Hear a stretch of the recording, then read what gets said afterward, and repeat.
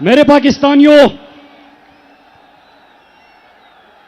عمران خان صاحب اس ملک کے وزیر اعظم اور امریکہ کو پاکستان میں اڈے چاہیے۔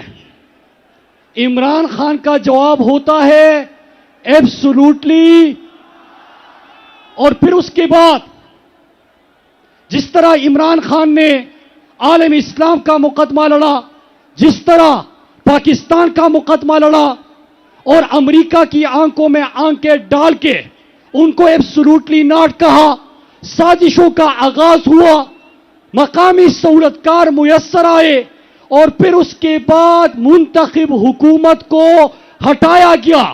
لیکن یہ بھول گئے تھے یہ 20ویں صدی نہیں، 21ویں صدی ہے، 2022 ہے، خوددار پاکستان ہے، عمران خان کا پاکستان ہے۔ وہ ڈٹ کے کھڑے ہو گئے، انہوں نے امریکی غلاموں اور امریکہ کے غلامی سے انکار کر دیا۔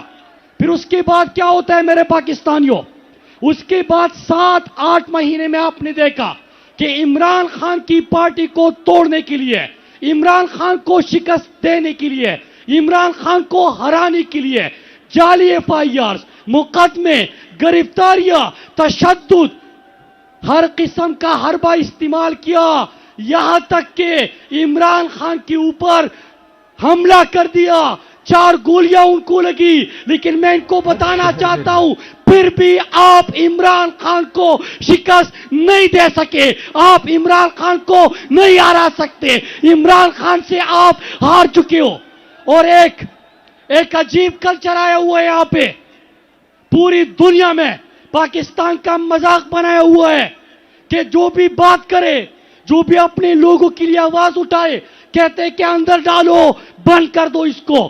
کوئی بھی انصاف کا مطالبہ کرے، کہتے ہیں کہ تشدد کر دو، اس کے اوپر حملہ کر دو، جان سے مار دو۔ اگر ملک سے محبت کرنا بغاوت ہے تو ہم سب باغی ہیں، اگر ملک کے لیے کھڑا ہونا بغاوت ہے تو ہم سب باغی ہیں، امریکہ کی غلامی سے انکار کرنا بغاوت ہے تو ہم سب باغی ہے۔ اپنے ملک، اپنے لوگوں، اپنے دین کی بات کرنا اگر بغاوت ہے تو ہم سب باغی ہے۔ تم نے غداری کی ہے، تم نے ملک کو بیچا، تم نے ملک کا سودا کیا، اور تم آ کے روزانہ فیصلے کرتے ہو اس کو اندر ڈال دو، اس کو جیل میں ڈال دو، اس کے اوپر تشدد کر دو، اس کو مار دو۔ اللہ کی زمین پہ خدا بننے کی کوشش مت کرو، لوگ تمہیں عبرت کا نشان بنائیں گے۔ اور ہم ان کو کہتے ہیں کہ تم نے ہر عہد میں ہر نسل سے غداری کی، تم نے بازاروں میں عقلوں کی خریداری کی، اب کہ تم مجھ سے میرے جن سے گرا مانگتے ہو، اب کہ تم مجھ سے وفاداری جا مانگتے ہو، جاؤ یہ چیز کسی مداح سرا سے مانگو، طائف والوں سے ڈھولک کی صدا سے مانگو، مجھ سے مانگو گے تو خنجر سے لہو بولے گا، گردنیں کاٹ بھی دو گے تو لہو بولے گا۔ تم نے ہر عہد میں ہر نسل سے غداری کی۔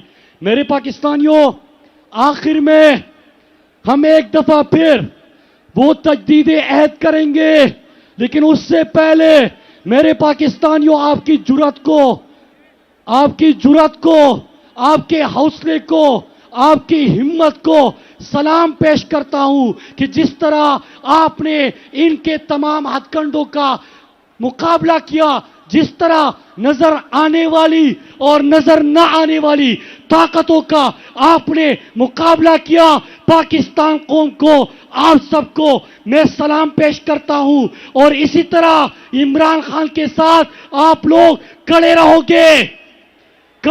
گے، ڈٹ کے کھڑے رہو گے، مقابلہ کرو گے ان طاقتوں کا۔ تو آؤ سب ہاتھ اٹھا کے ایک عہد کرتے ہیں کہ ہم سب عہد کرتے ہیں،